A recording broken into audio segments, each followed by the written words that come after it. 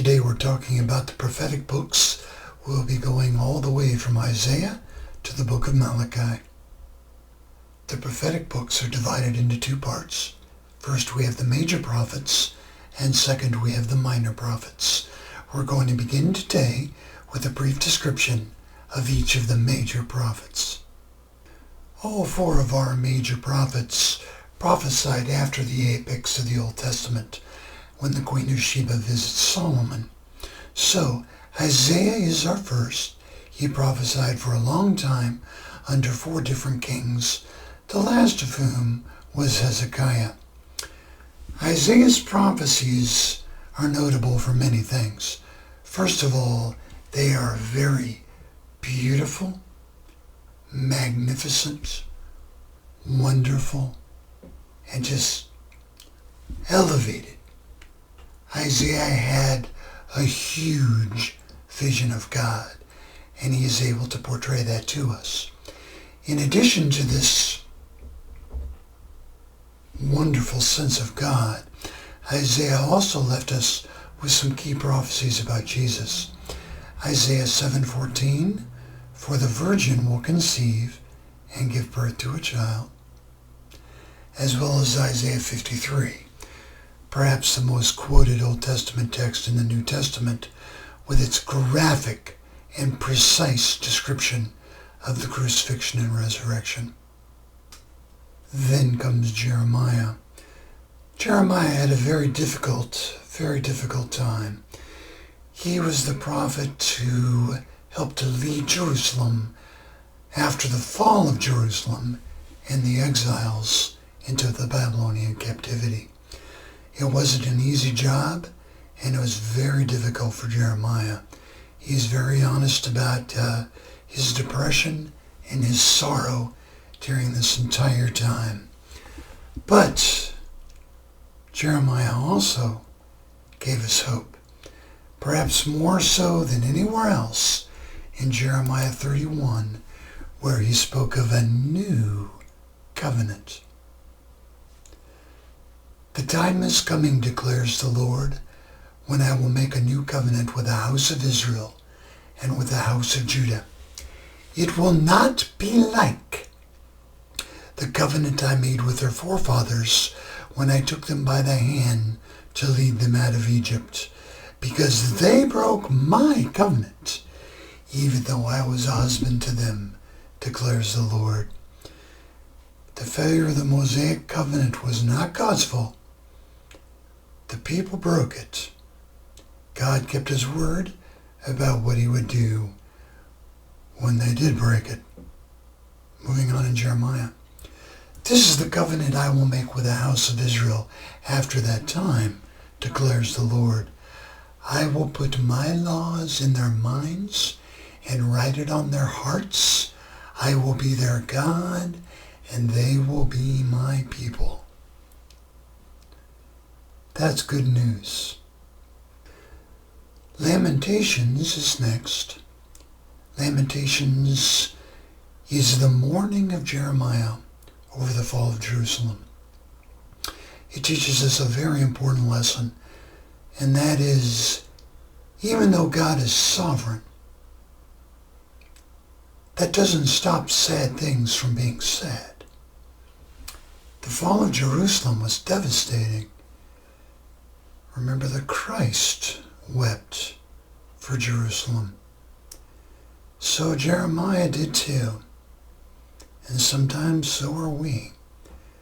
Sad things are sad. It's okay to feel that. But of course, even within Lamentations, there is hope. 3:23-24. "Because of the Lord's great love we are not consumed, for his compassions never fail. They are new every morning. Great is your faithfulness." And like Jeremiah, Ezekiel was tasked to help God's people move from the fall of Jerusalem to the captivity in Babylon. Very difficult job. What I love so much about Ezekiel is his creativity and his vivid visions.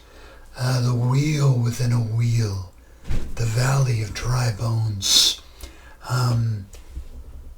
Ezekiel's always doing strange things. He makes models of cities and then destroys them. He does dramatic art as prophecy. He's very interesting to read, and I've always appreciated that about Ezekiel. But nonetheless, a sad story, for he shows us the glory of God going from the temple, getting further and further away until the glory of God is gone. Daniel is next. Daniel is a prophet in exile, living in Babylon. His prophecies are notable for two reasons. First, this is interesting to me. Daniel is a major biblical character, and nothing is said that's negative about Daniel. He was an amazing man, truly astonishing man. I'm not implying he was sinless, but he was an impressive fellow, and there are people like that. It can be done. Secondly, his prophecies about the end times provide a whole lot of the imagery we find in Revelation. Daniel is jumping us all the way to the end to give us hope that this is not over. Then come the 11 minor prophets. I'm not going to go through all of these, but I'd like to mention 3 briefly. First, Hosea. God asked Hosea to marry a prostitute. People often say, well, there's no grace in the Old Testament. There's grace in Hosea. There's lots of grace. I also like Jonah. Many good lessons. My favorite is Jonah is more concerned about his personal comfort than the salvation of an entire city. He's worried about the plant that was giving him shade and God taking it away than he's worried about saving a city. It's all too real. It's all who we really are. And then, of course, for me, Habakkuk, my favorite. Such a glorious prophecy of faith. Doesn't matter what you see. Fig trees not blooming. No sheep in the pen.